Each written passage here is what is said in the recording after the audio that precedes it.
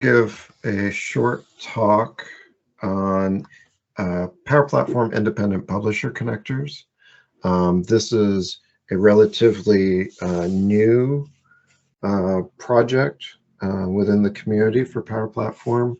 It was publicly launched about 3 months ago now, and to date, there have been about 30 connectors that have been released to date. Let me skip forward here. Yep. So the point of independent publisher connectors is that they're a connector that is built on a third-party service, but anyone can publish the connector for it. So in the past, you may have built your own custom connector, maybe for yourself or for your company. And perhaps you shared it with a couple people. Perhaps you gave over the Swagger file and you shared it with people that way. But what this project does is it's Microsoft organized, and they handle all of the certification process that allows it to be displayed right next to a first-party connector when you're in Power Automate or Logic Apps. And it has, the same SLA, it has the same API requirements. So in that case, they're very similar. There's the same expectation as the end user that these connectors should be working for you because they're Microsoft certified. So the reason why I'm talking about it tonight is because I'm a project coordinator for this project, and I'm also a contributor. I'm also a publisher within this project, and myself, I've built quite a few connectors. This is actually the short list of all the connectors that have either been released or awaiting release that I've submitted. I've put in pull requests for. But in total, I've built about 38 connectors since this project started, for me at least, back because I was part of what I'll call the private preview for it. I was part of the publishers that worked on this before it was announced publicly. So I've built about 38 connectors as of today, and if you follow me on Twitter, you follow me on LinkedIn, you'll see quite frequently that I publish new connectors because it's something I'm very passionate about, and it's quite a learning experience for me. So I think anyone who has ever built a custom connector for yourself or for your company should certainly look into this project, because there's a lot of opportunity to either share what you've already built or to build a new connector that's not currently available, from a first-party provider within the Power Platform, or perhaps the first party has not built out all the actions that you need. Well, perhaps you could look into building a custom connector and then submitting it to this project. So it's something I want to encourage. And so I will segue. I will give way now to Duke, who is going to talk about his Clickup connector. Okay. So hi. So I just want to mention, anytime I see an Etsy commercial, I think of Troy now, since that's out there, and now HubSpot. Anytime I see that commercial, I'm like, dang, Troy built and it's pretty cool. I like that about Power Platform, especially its ability, that we're able to do so many things with it. Integrations is big. Anything that we can do extend, especially in our daily life as being consultants, is great, that we could bring more to the customer, and more attention to ourselves. So I'm gonna go over the independent publisher connector I built, which is just it's the Clickup Team Manager is what I named it. I don't know if you're familiar with working with Clickup, but did I share my screen? Sorry. I didn't. Let me share my screen. Yep. So if you're familiar with Clickup or if you're not, Clickup is it's pretty the pretty straightforward answer or definition of it. It's just it's a customizable workspace productivity app. So it's similar to like maybe Microsoft Planner, Trello, or Monday.com. It's along those lines. And how I got interested in building a connector for it was, I mean, it's one of the reasons was I used it when I was doing some freelance work, and at the last organization that I was at, actually we were looking for a way to have shareable productivity tools for the entire organization, and ClickUp was one of the pieces of software as a service that I was researching. And I didn't like that I couldn't do things on demand with it from inside the Power Platform. Of course, work with the Power Platform. I want to bring things in. I don't just want to, and I want to be able to go and retrieve those things. I didn't want to just, wait for a webhook to call the flow and drop something onto me. I wanted to do it on demand. And so, unfortunately, I didn't get to do that at that organization. I ended up moving on to Hitachi soon after I started like researching this. But I was still interested in figuring out how I could bring ClickUp into the Power Platform without solely relying on a webhook. And two, I gotta thank Troy. Troy helped me through this process of building this, getting my Swagger files right, getting my README .md file right. So this is his so he helped me get this along, and I echo his sentiment, and this is a great program, especially for those of us who are trying to get some notoriety in the community, but also just a way to again extend the platform, show the rest of the I guess you would say the world what it could do. I mean, I think it's only been in GA maybe 5-6 years now, so just to be able to show what's possible with the Power Platform in APIs and custom connectors. And so I only released, what was it, 1, 2, 3, 4? So I released 4 actions with this particular connector.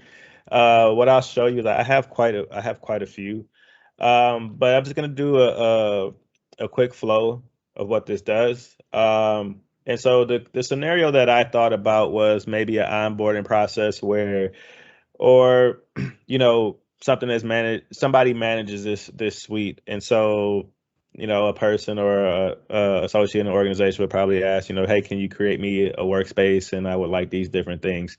And I wanted to be able to do this from one central hub without going out to ClickUp per se. So I have my own ClickUp oh, let me go back. I have my own ClickUp service. So I didn't want to have to come out here to, hey, add a folder, then add a list, and then add all these different things. I didn't want to have to do that. I wanted to have it all localized. So on my own machine and just, run whatever I needed to run. And so the process that I created for this particular demo is, we're going to create a folder, and we're going to create a list inside of that folder. And then it's incumbent upon the user of this workspace or that folder and list to come in and then add their different statuses and tasks or whatnot to it. So yeah, let me go over here to Power Automate. And so just the one, yeah, I named it oddly, but let me pop this open here, go into edit. So it's really simple.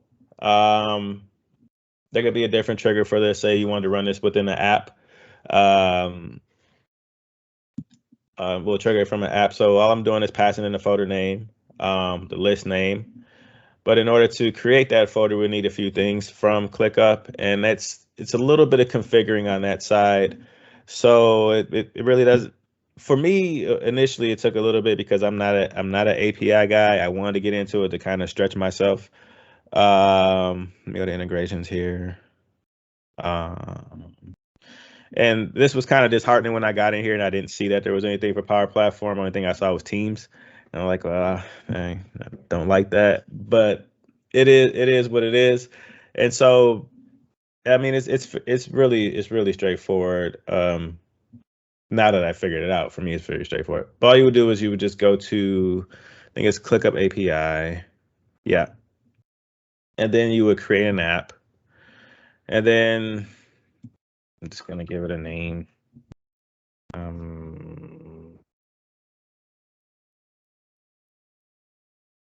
Then just going to put ESP.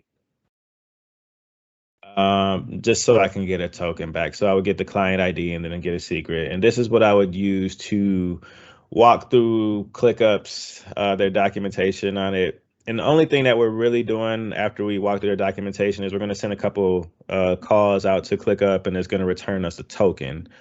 And the token that we get back is what we then plug into. Let me go to the connector, actually. I don't do that. Tab. Oh, no, don't want to do that. Custom connectors. And so let me go in here and edit this. And so the token that we would get back is what we would use to create the connection. So if I want to do a new connection, I would drop the authorization token in here, and then that it's non-expiring. So that will open up ClickUp to us to allow us to do the different actions that we want to do. And for our particular purpose and my purpose, I just want to create a folder and create a list. You would do that using the space ID, and then I'm just passing in the folder name here. The cascading effect would then give me the folder ID once that folder is created, and then I would get a list name. And so I'm just going to run that outside of this app. I mean, outside of this flow. So all you do is here, select run, and then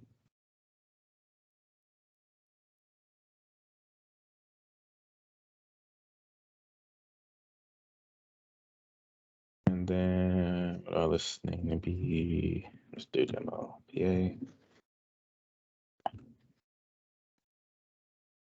then we're gonna run it. And so go look at the flow run. So again, it's me here passing the folder name, the list name, creating the folder. Now I'm getting a new folder ID, which I then pass into the create a list. So there's a folder ID, and that's the name of my folder. And if we just go back over here to ClickUp,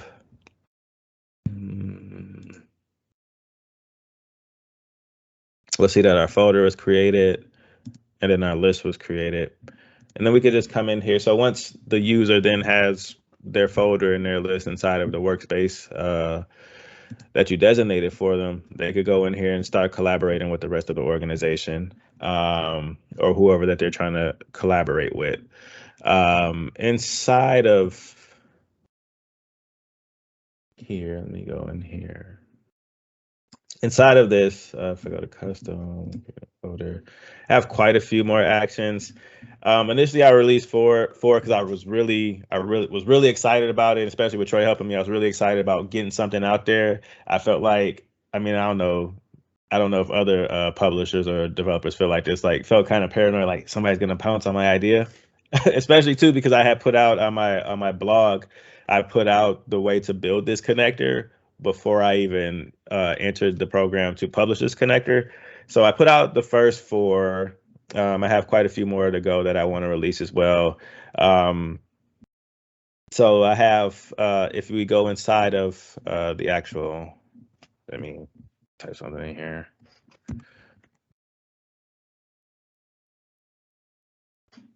Save it.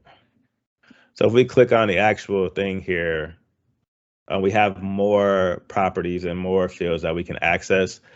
So like the comments section and stuff here, I actually have that built out here to where I can create the task comment. So if we weren't using ClickUp, or we wanted to do it directly from within inside an app, that I have those functions and that stuff available to go ahead and pass that back out to ClickUp to where, I don't have to go into the web browser. I can actually, with us being able to build Power Platform apps for the mobile device. I could actually just do it from a Power Apps app on my phone, for whatever purpose we want to build an app around this.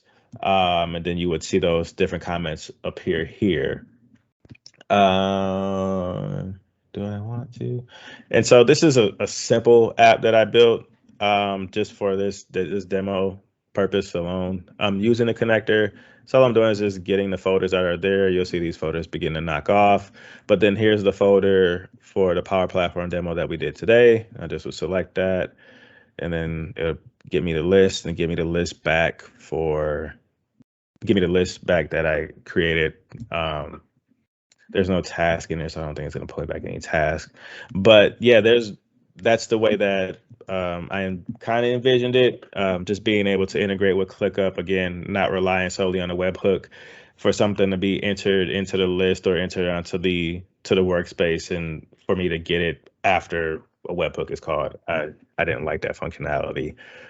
So yeah, that's all I have to offer on that. There are other connectors I want to work with. Some first party stuff that I'm thinking about doing. But again, just to echo what Troy said earlier, it's a great program. I'm with him in encouraging more people to build independent publisher connectors, first party or third party, to extend the platform, because I'm really enjoy working on Power Platform. And I would like to see how much further it can go. So thank you. Yeah, thanks, Duke. I will. I'll look forward to your updates for that connector for sure. Yeah, I have the same feeling sometimes with, I want to be first. I have an idea and I want to make sure that the connector gets out there first. But yeah, it's tough. But yeah, and the other thing, with this program, with this project being open source, really now, like if I wanted to start using ClickUp and I was using Duke's connector, because it's open source, I could go in and take what he's already built and expand on it, and submit a pull request, and create a new version of it, to continue sharing it with the community. So yeah, that's great. Any other questions for Duke? All right. Yeah, I actually had a question. Duke, you mentioned that you weren't really big in APIs. I'm also not super big into APIs, but there are a couple of connectors that I wish I was able to use back when I was like super deep in Power Automate. About how long did it take you to really get your feet under yourself and figure out how to set those connectors up? This specific connector, it took me about 2 weeks, because as with some things, even on Microsoft, the documentation wasn't too good for me. I didn't understand a few things. And then two, having to walk through the process, because even going through the custom connectors, when you try to set them up for the Power Platform on the site, there's different options that you could select. And so because I didn't know much about them, I was erring a lot. This specific token that I was getting back was just the API key. I was trying to do more. I thought I needed the API key and a password or whatnot. So I kept on, tripping over myself. Eventually, what I did do is I used Postman to test things out before I migrated over to the Power Platform inside of connectors. I wanted to see what my JSON was looking like when it came back, so I knew what to expect. And then B, I wanted to see just the process. So Postman helped me out with that a lot. So I would say about 2 weeks to get this together. Some other connectors inside of Power Platform are pretty, when you try to build them inside of the Power Platform custom connectors, it's pretty straightforward. So I'm going to provide the necessary tools that you need. But then too, sometimes you have to go in and edit the Swagger file, because it may not show up the way that that the software as a service is expecting it. So altogether, I would say for this particular connector, 2 weeks, and then I still needed a little bit of help from Troy to get it over. So yeah, that's. Yeah, I would definitely say, using Postman is a great way to start. And now recently, with the addition of the ability to create a custom connector from a Postman collection, the version 2 or version 2.1 collection from Postman, that's certainly a great way to jumpstart the process. You certainly have to keep in mind, so even though Microsoft tries to be on leading edge, you know, with some stuff, for these custom connectors, they're still using Swagger 2.0, which is the older version of OpenAPI. So a lot of API providers, you know, they freely give out their OpenAPI 3.0 file, you know, so that you have that for reference. But there's a lot of things that you can't really downgrade from 3.0 directly into Swagger either. So you have to you know, fix those errors. And also, so just because Swagger 2.0 is, you know, an open standard, Microsoft has created their own custom fields. So you may create the custom connector through you know, the online editor, through the user interface, but then when you're getting ready to certify it, you have to run a CLI command against the file, and you'll see that there's stuff even that the UI didn't create for you online from that file that you still have to go back in and certify, so and fix. So yeah, a custom connector, if you create it entirely using, you know, the custom connector tool UI, you know, might take you, I would say, you know, 25% of the total time it takes you to actually finish the connector to prepare for certification. So it's still, it can be a lot of work depending on, you know, how many actions that the connector has, or, you know, if you're having problems with the authentication, yeah, that's certainly a big issue too. Yeah. Okay, cool. Thank you. All right. If there's no other questions, I'm gonna stop the recording. Thank you all for coming.